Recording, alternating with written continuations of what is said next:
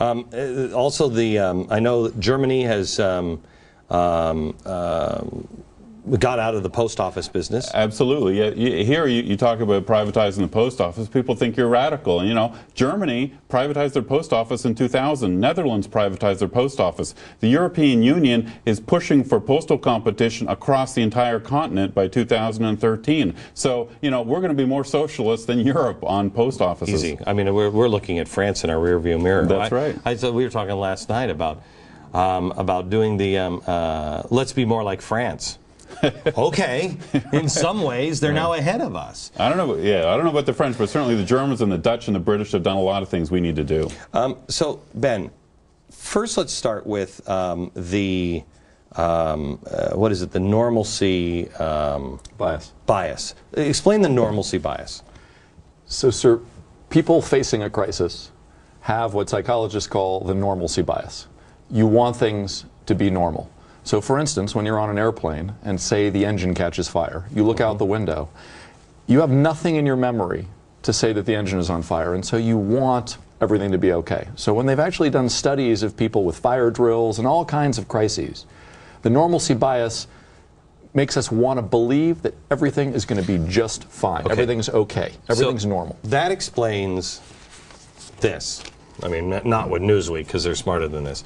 But people want to believe this, right? That America's back, that we're just going to pull ourselves, don't worry about it, the worst is behind us. You want to believe that because you can't even imagine what things are going to be like if it's not. I think a lot of people realize how bad things are, and I think that publications like that are saying there's some signs that things are getting better, but most Americans know. And when you go out there and you look at how people are struggling to survive right now, I've been to El Centro, California, which is the unemployment capital of the United States. People there realize that times are tough, and they are really struggling to survive and to figure out a way to make ends meet. So national media may tell certain kinds of stories, but there's a real struggle going on, and we know that. Do people, maybe you'll be able to answer this. How do you get people who are in the 80% wait for help? How many people in crisis, and I'm getting the rap sign, so answer this after the break. How many people, let's use the World Trade Center, sat at their desk and somebody said, Bill, get up from your desk? How many people say, no, it's all going to be fine? And what do you do to get them up out of their desk? Can you answer that? You bet. Okay, we'll do that next.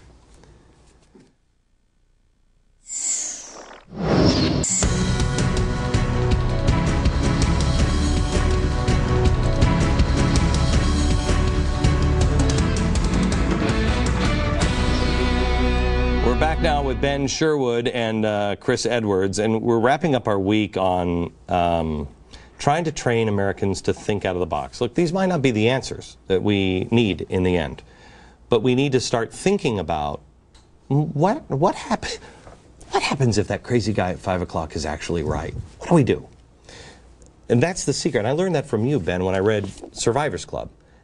It's the most important thing you can do is to think about, what if that crazy thing, that crazy idea over there is right? Right?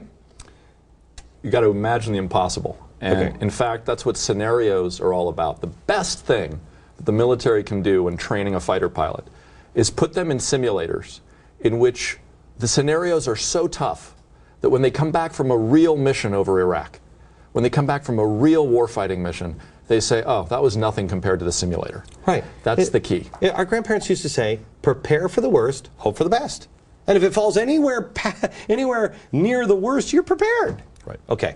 So 10%, the 80-10-10, or the 10-80-10, 10% when faced with a crisis respond the wrong way. What do you mean by that? So the 10-80-10 rule has been studied across all kinds of disasters going back 100 years. Earthquakes, war, terrorism, natural disasters. 10% of us in a crisis, a disaster, do the wrong thing. We behave in negative, self-destructive, counterproductive ways. Intentionally, some intentionally or not? Well, this is what is often known as panic. It's not a technical term, but people panic and they behave hysterically and they actually do negative, self-destructive things. They were the people like in the Poseidon Adventure when we were growing up and they were kids and they were like, Get a hold of yourself, man. That's 10%. That's 10%. Got it. I got it. That's All right.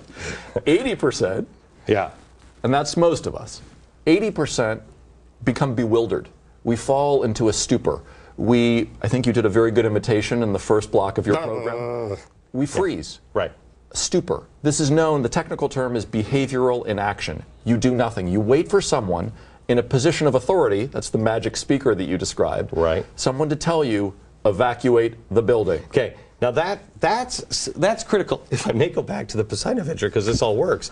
Those who remember when the boat turned upside down and Gene Hackman was like, "You're all going to die down there. Get on the Christmas tree and come up." And most of the people were saying, "No, he's a crazy man. Don't do that. What do you even know?" It's not just someone to lead. It's someone of authority, of traditional authority. Someone who. That's why people don't listen to me about the economy. What the hell do I know? I don't have a degree on anything. What do I know? The interesting thing in a disaster, for instance, a plane crash, is that people, and they've studied this, wait for a flight attendant to come to their rescue and tell them what to do and where to go. But in fact, in about 30% of the time, flight attendants are incapacitated in these situations. And so you're actually on your own. And so the key, and this is exactly what we're talking about, is how do you flip the switch? From being in that big 80%, and I definitely, having looked at survivors all over the world, think that I'm in the big 80% category. Yeah. How do you flip the switch to get into the top 10%? And that last 10%, those are the leaders. They're not necessarily the people with a uniform. They're not necessarily the guy with authority. That 10%, often quiet, often reserved, unexpected leaders, they're the ones, when a crisis happens, who respond decisively, purposefully. They know what to do, they've got a plan, and they take action. And they often save a lot of those people in the 80% who are milling around trying to figure out what to do. Do any of the first 10%, I mean, how many does the first 10% convince in the 80% to go the other way, to sit here? No, don't grab on the Christmas tree, don't go with him, because that's who that would be, right? If the Poseidon Adventure, the upside down Christmas tree, Gene Hackman's up at the top, he's in the last 10%. The other guys who all died, and everybody's like, "Oh, suckers." Those guys, they pulled a lot of those people and said, "Don't go." Which one, the ones that go wrong are probably saying, no, don't, wait, stop, wait for somebody for authority. That's probably a bigger pull, isn't it? In every situation is different, and across all of these different disasters, this is a standard distribution of how people behave. The most important thing for any person facing any survival crisis, any challenge, is to have the mindset, the outlook, which is something could go wrong, and what am I going to do? So that when someone's shouting at you, don't go that way, go this way. Don't go that way, go this way. You've actually already thought about it. You've rehearsed in your mind what you want to do so that you can take that action. That's what we're trying to do with the show, because if these things happen economically, you have to have some basis on it. Now, how does this last 10% affect the 80%? I think that's what Tea Party's doing. People say all the time, I've talked to all my friends, I've talked to my neighbors, I've talked to everybody. What do I do? So I have a slightly different view about this, because I think that it's not actually the 10% in the top who lead the 80% to safety. That's good for movies. But I think in life... I saw the Poseidon Adventure and the remake. It ended the same way both times. In real life, yeah, the key is to tell the 80% in the middle. And that's what the Survivors Club is all about, as you know. It's how does everybody learn the basics of anticipating the worst. How do you do that? Most people don't want to. They're like, "Oh, that's crazy." And our system is set up that people are screaming on both sides, saying, "Don't listen to the other side."